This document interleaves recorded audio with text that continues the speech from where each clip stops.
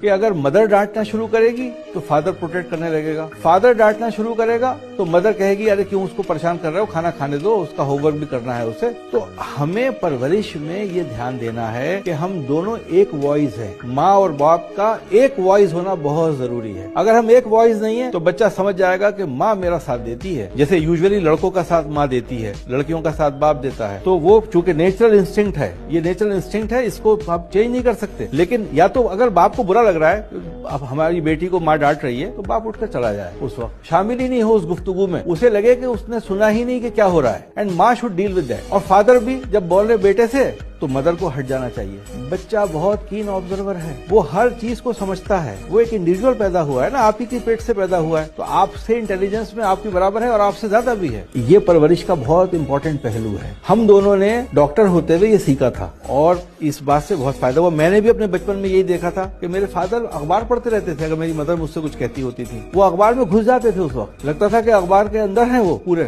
دونوں پیجز میں، ان کو تھوڑا دیر بعد دیکھا ان کو پتہ ہی نہیں ہے کیا ہو رہا ہے، but he must be listening, تو اس کا بڑا اچھا امپیکٹ پڑتا ہے۔ بچے کو غلط ہیلپ دینا آپ کی نقصان دہ